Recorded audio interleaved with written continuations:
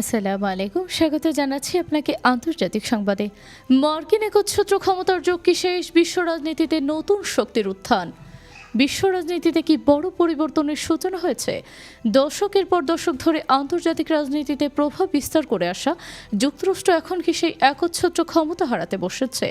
মধ্যপ্রাচ্যে চলমান যুদ্ধ, অর্থনৈতিক চাপ এবং নতুন শক্তির উত্থান সব মিলিয়ে উঠেছে বড় প্রশ্ন। আপনারা শুনছেন বিশেষ বিশ্লেষণ। একচ্ছত্র ক্ষমতার ধারণা।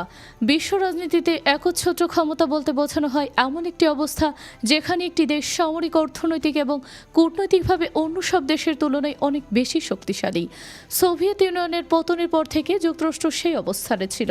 বিশ্বজুড়ে যুদ্ধ, জোট, অর্থনীতি সবখানেই ছিল ওয়াশিংটনের প্রভাব। কিন্তু এখন পরিস্থিতি বদলেছে। মধ্যপ্রাচ্য যুদ্ধ ও চাপ। বর্তমানে ইরান যুক্তরাষ্ট্র উত্তেজনা এবং মধ্যপ্রাচ্যের সংঘাত যুক্তরাষ্ট্রের জন্য বড় চ্যালেঞ্জ হয়ে দাঁড়িয়েছে। মার্কিন প্রেসিডেন্ট ডোনাল্ড ট্রাম্প বারবার বলেছেন এই যুদ্ধ দ্রুত শেষ করতে চান তিনি, কিন্তু বাস্তবতা ভিন্ন। ইরান সরাসরি সংঘর্ষে না গিয়ে সময়কে অস্ত্র হিসেবে ব্যবহার করছে। যুক্তরাষ্ট্র সামরিক, অর্থনৈতিক এবং কূটনৈতিক তিন দিক থেকে চাপ দিচ্ছে।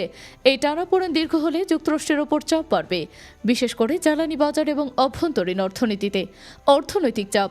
যুদ্ধ মানেই খরচ, তেলের দাম বৃদ্ধি, সরবরাহ সংকট, বৈশ্বিক বাজারে অস্থিরতা, এই সব কিছুর প্রভাব পড়ছে সরাসরি যুক্তরাষ্ট্রের জনগণের ওপর। এমনকি মার্কিন প্রশাসনের ভেতরে মতবিরোধ দেখা যাচ্ছে। জ্বালানির দাম কমতে সময় লাগবে এমন সতর্কতাও এসেছে ভেতর থেকেই।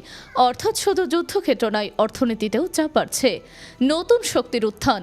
বিশ্ব রাজনীতিতে এখন আর শুধু যুক্তরাষ্ট্র একা নয়, চীন, রাশিয়া, আঞ্চলিক শক্তিগুলো ধীরে ধীরে নিজেদের অবস্থান শক্ত করছে। রাশিয়ার পররাষ্ট্রমন্ত্রী সার্জে ল্যাভর ইতিমধ্যে যুক্তরাষ্ট্রকে কূটনৈতিক পথে আসার আহ্বান জানিয়েছেন। অন্যদিকে চীনও সরাসরি যুক্তরাষ্ট্রের পদক্ষেপের সমালোচনা করছে। এই দেশগুলো শুধু কথা বলছে না, বরং বিকল্প শক্তি হিসেবে নিজেদের প্রতিষ্ঠা করছে। ফলে বিশ্ব এখন একক শক্তি থেকে বহুমুখী শক্তিতে রূপ নিচ্ছে। কৌশলের লড়াই। এই যুদ্ধ এখন শুধু অস্ত্রের নয়, সময়ের, অর্থনীতির, রাজনৈতিক ধৈর্যের। বিশ্লেষকদের মতে ইরান চায় সময় টানতে, যুক্তরাষ্ট্র চায় দ্রুত ফল। প্রশ্ন হলো, কে আগে চাপ সহ্য করতে না পেরে ছাড় দেবে? ভবিষ্যতের দিক। সবকিছু মিলিয়ে একটি বিষয় পরিষ্কার, যুক্তরাষ্ট্র এখনও শক্তিশালী, কিন্তু আগের মতো একক আধিপত্য নেই। বিশ্ব এখন পরিবর্তনের মধ্য দিয়ে যাচ্ছে। হয়তো সামনে আমরা এমন একটি বিশ্ব দেখতে যাচ্ছি যেখানে একাধিক শক্তি একসাথে প্রভাব বিস্তার করবে। তাহলে কি সত্যি মার্কিন একচ্ছত্র ক্ষমতার যুগ শেষ, নাকি এটি শুধু সামরিক চ্যালেঞ্জ? আপনার মতামত কি? কমেন্টে জানান। আর এমন বিশ্লেষণধর্মী ভিডিও পেতে সাবস্ক্রাইব করতে ভুলবেন না। ধন্যবাদ।